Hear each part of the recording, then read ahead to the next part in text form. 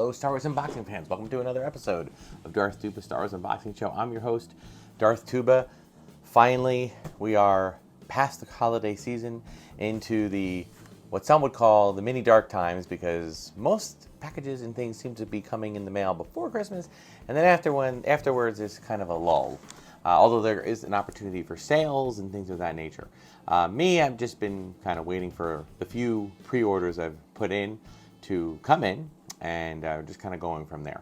But before we get started with that, I do want to quickly give a shout out to a certain podcast that I was just invited on to speak or to talk with and to take part in, and that's the WDW radio show hosted by Lou Mangello. It is WDW, for those in the uninitiated, it stands for Walt Disney World, and it's and Lou Mangello, if there is a person who has kind of started off like one of the pioneers of podcasting, it would have to be Lou Mangello. He started back when nobody, for those who don't know what a podcast was or is even, it was based on something that you played on your iPod. Now it's become just another type of radio broadcast that you get on access on the internet, and he is one of the pioneers, and he has a wonderful show, all relating mostly to Walt Disney World and Disney Cruise Line and all things Disney.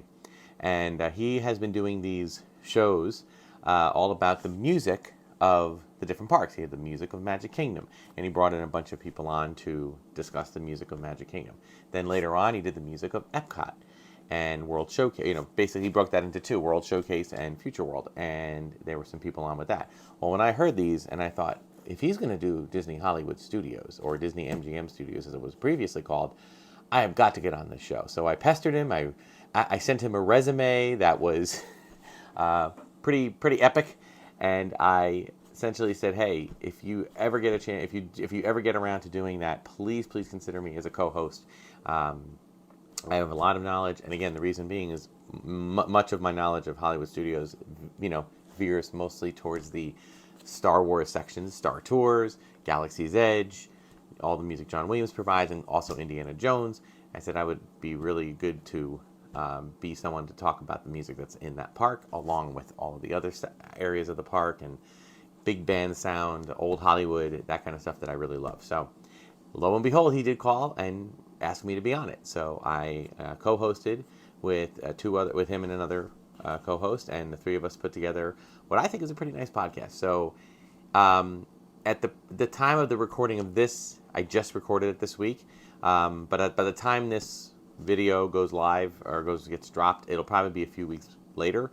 So you would want to look for a podcast from his WDW radio that would drop around the last 2 weeks of January. So if you want to see that and you want to hear some great stuff, and check out all of his other podcasts, and look for some great Star Wars content. He does some awesome Star Wars related, obviously park related stuff, and he has some great other co-hosts to kind of help him along with that are also great podcasters in and of themselves. So check it out. All right, so what do we got today? We got 2 Entertainment Earth.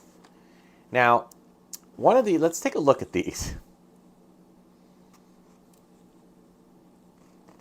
I don't know. We'll see. I don't know. We're going to have to just, open them up and wait and see. So we'll start with the good one. We'll start with this one that's, in good shape. All right. So, again, I can never tell by the weight of what these are, whether they are vintage collection or Black Series. I do know that there's a little sense of, I'm feeling a sense of irony coming. I don't know if it's going to happen or not, but I'm feeling a sense. Oh. Okay, this is, while not irony, it's sort of irony. We have the Wookiee Halloween edition. Oh my goodness, I am so excited. Here's the deal about this. I ordered this through another site. I can't remember which one. It might have been Walmart, it might have been Target, one of the bigger companies. It got canceled on me. I was like, what? They canceled the order. So just out of nowhere. So I thought, oh, well, I guess that's it. I guess that's going to be that. Well, sure enough, a month later, a few weeks later, Entertainment Earth had them in stock. So I quickly snatched it up. Now, this is, for those, again, uninitiated, this is a Halloween figure. It is a slight resculpt, mostly repaint, and it is something in celebration of Halloween. They had, of course, their holiday, Christmas holiday, December holiday droid and troopers edition the last 2 years, and then they did a new one this year. So I think they were just trying to jump in on this. So there was a clone that had kind of a skeleton look to it, and then this Wookiee. Now, a lot of people are complaining about this. I am not one of them. I do understand the complaints when it comes to things like the credit collection. I do understand, the constant rehashing of or re-releasing of troopers or even of Boba Fett with multiple paint schemes. I understand the frustration about that. I do. However, when it comes to anything holiday related, both Halloween and Christmas, I am all for it. I wished they had done it a long time ago. I just love this year they really went all out. They had a whole bunch of new holiday Black Series repaints along with a whole droid advent calendar. Please keep that droid advent calendar happening every year with different new droids and new paint schemes. I'm all for it.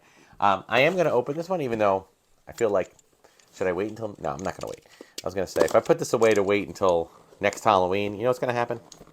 It's going to get like stuck somewhere, and I'm never going to get it again. Here's that new plastic-free packaging. Well, one of the biggest complaints, I'm going to close my blade here.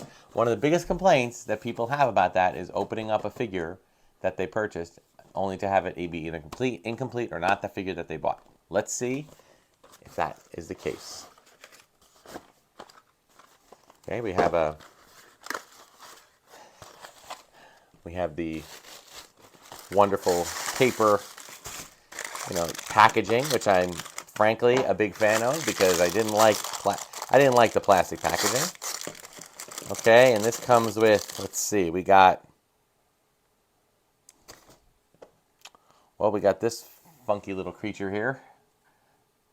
I think it's supposed to be like a Womp Rat, but like a possessed Womp Rat. Why don't we read his little thing here?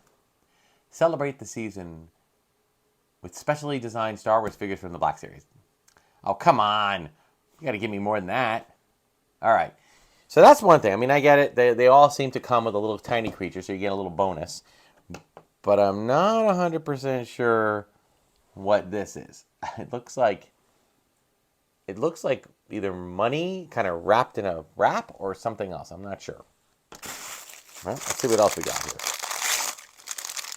Oh, I think I know what it is then. Now I know what it is. We've got a Camtono, excuse me. But we've got a Halloween Camtono. Happy Halloween!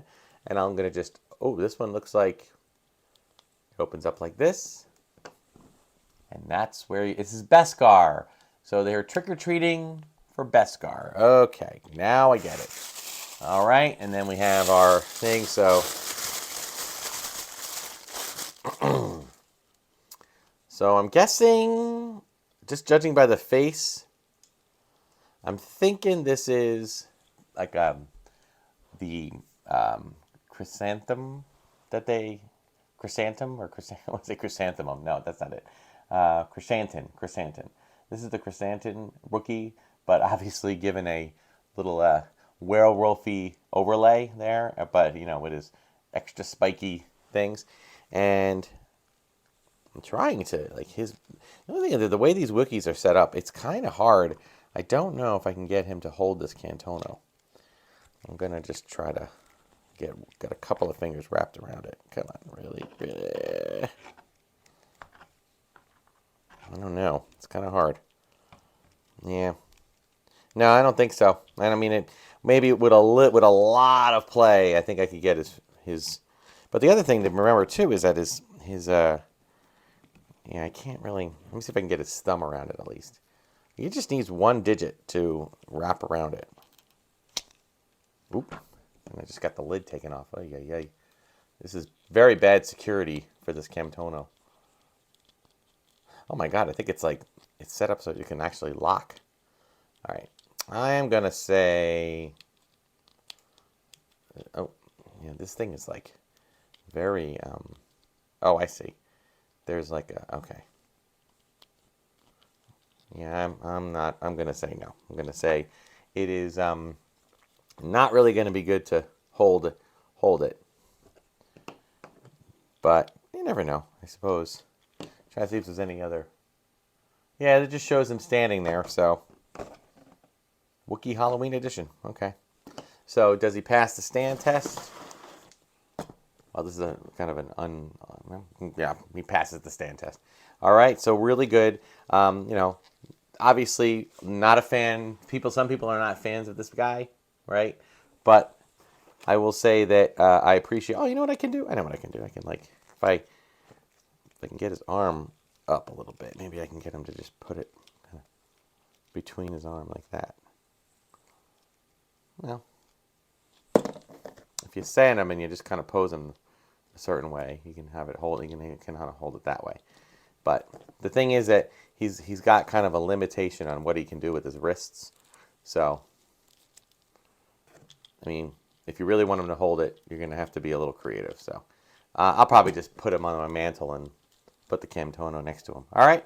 So there you go. You got your little. I'm assuming it's a Womp Rat, a possessed Womp Rat, Camtono with some Beskar, Halloween Beskar trick or treating in, and then you got your guy. All right, pretty good. I'm okay with it. And again, I'm okay with the plastic-free packaging.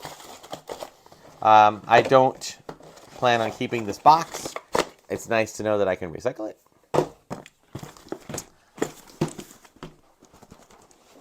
Okay, I don't hear anything. Now, Entertainment Earth has had a pretty good reputation.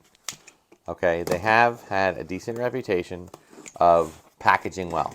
Now, I don't think this is Entertainment Earth's fault. I don't think this left the factory like this. I think this was something from the Postal Service or whomever delivered it.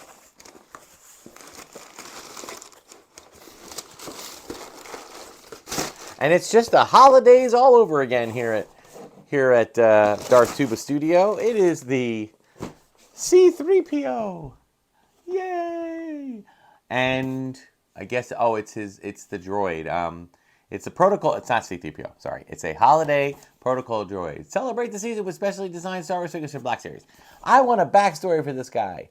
All right, I'm not now. This one, unlike the one I just did, this one I'm going to leave boxed, not permanently, just until next year. So when the time comes and I dig out the Darth Tuba Studio tree, and I got a little something I can put underneath the tree, right? So I think that's pretty good. But I will say that there was tiny bit of damage right here, like a tiny crease on the side, where it looks like there was a little bit of. I think something very heavy was put on here, and that's why this happened. I don't mind per se. In this case, had it been a vintage collection figure, I might have been a little bit more upset. So sorry that that happened. I am not 100% sure what anybody can do. It says fragile, handle with care, and yet they must have put a bowling ball on it or something. I don't know.